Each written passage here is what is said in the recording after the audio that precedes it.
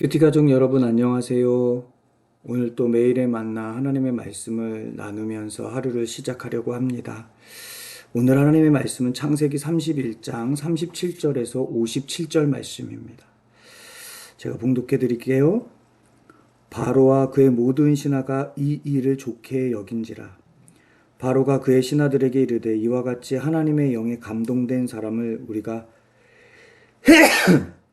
어찌 찾을 수 있으리요 하고 요셉에게 이르되 하나님이 이 모든 것을 내게 보이셨으니 너와 같이 명철하고 지혜 있는 자가 없도다. 너는 내 집을 다스리라. 내 백성이 다 내 명령에 복종하리니 내가 너보다 높은 것은 내 왕자뿐이니라.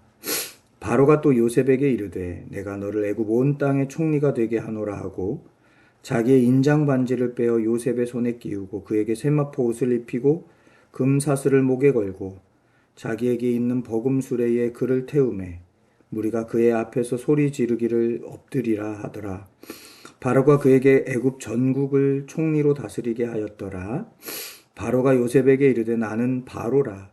애굽 온 땅에서 내 허락이 없이는 수족을 놀릴 자가 없으리라 하고 그가 요셉의 이름은 사브낫 바네아라고 하고 또 온의 제사장 보디베라의 딸 아스낫을 그에게 주어 아내로 삼게 하니라. 요셉이 나가 애굽 온 땅을 순찰하니라. 요셉의 애굽 왕 바로 앞에 설 때에 30세라.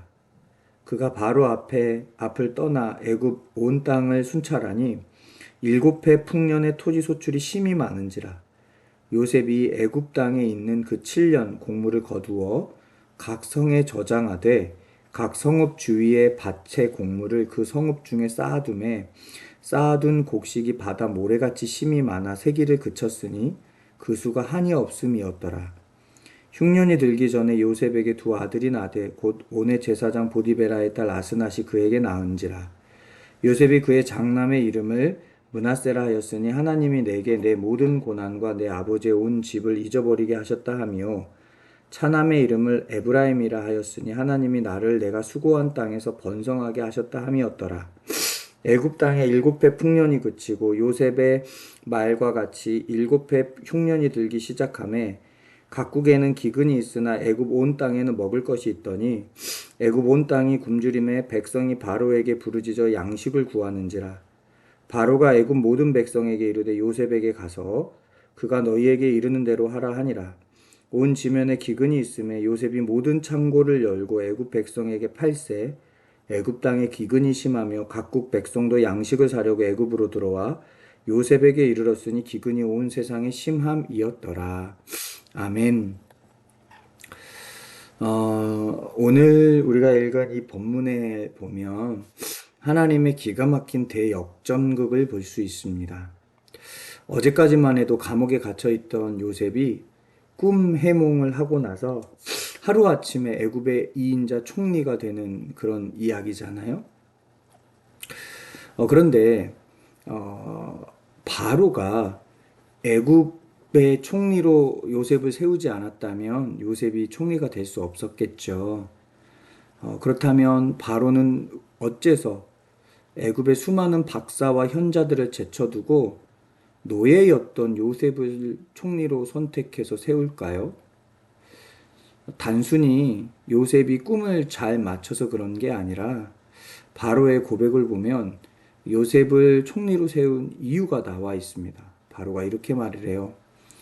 이와 같이 하나님의 영에 감동된 사람을 우리가 어찌 찾을 수 있으리요?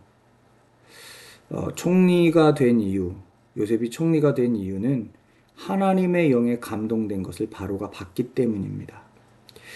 저는 하나님의 영에 감동된 사람을 지혜자라고 생각을 합니다.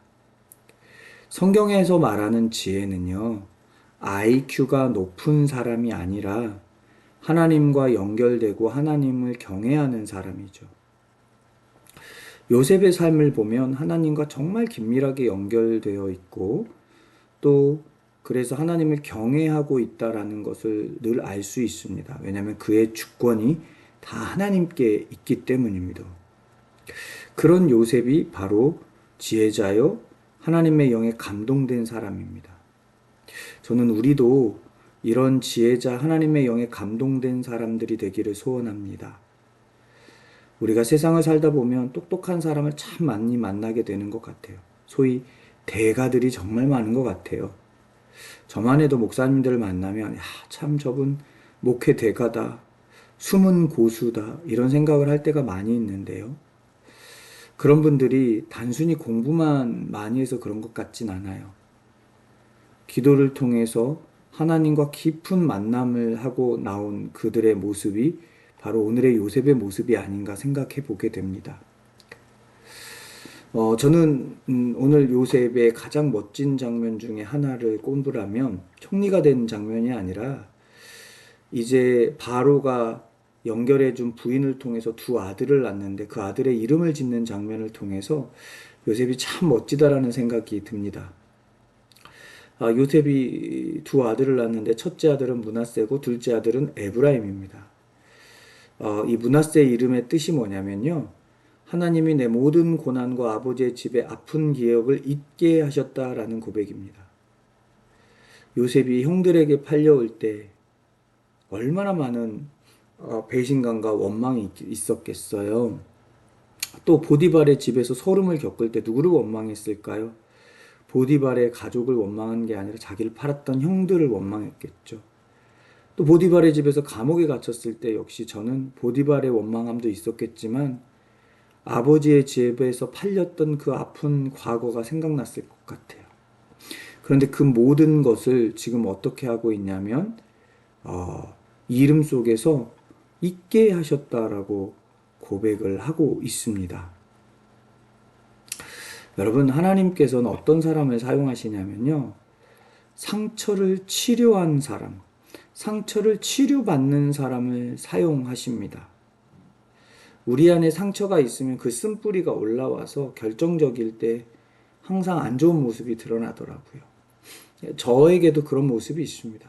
그래서 여전히 저도 그리스도의 십자가 복음 앞에 치유가 되어야 될 존재입니다. 사랑하는 여러분, 여러분은 어떤 아픔이 있으세요? 하나님 앞에서 그 아픔들이 하나하나 치료되기를 소망합니다. 오늘 순간순간 우리의 그 쓴뿌리가 나올 때 하나님 나의 쓴뿌리를 고쳐달라고 우리 그렇게 한번 기도했으면 좋겠습니다. 요셉의 이름이 오늘 총리가 되고 어떻게 바뀌냐면 사브낫 바네아라는 이름으로 바뀝니다. 그 이름이 세상의 구원자라는 의미를 가지고 있어요.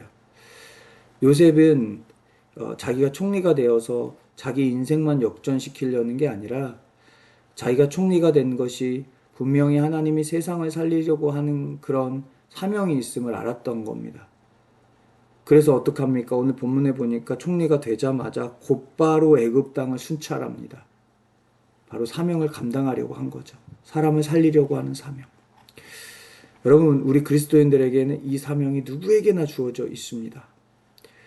그러니 여러분, 오늘 하루를 살 때에 우리가 누군가를 살릴 기회가 있고 누군가를 세울 기회가 있고 누군가를 도울 기회가 있다면 주저마시고 다가가서 그 사람을 일으키고 살리고 회복시키는 사브낫 바네아가 될 수 있는 은혜가 있기를 축복합니다. 기도하겠습니다. 하나님 감사합니다. 오늘도 하루를 주어지게 하셔서 감사합니다. 살게 하신 하나님이 기적입니다.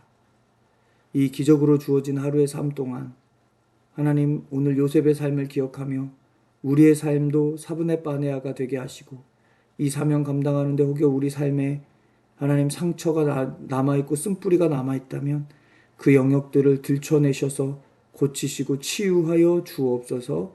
감사드리며 예수님의 이름으로 기도드렸습니다. 아멘. 오늘 또 승리하실 여러분들 사랑하고 축복합니다. 감사합니다.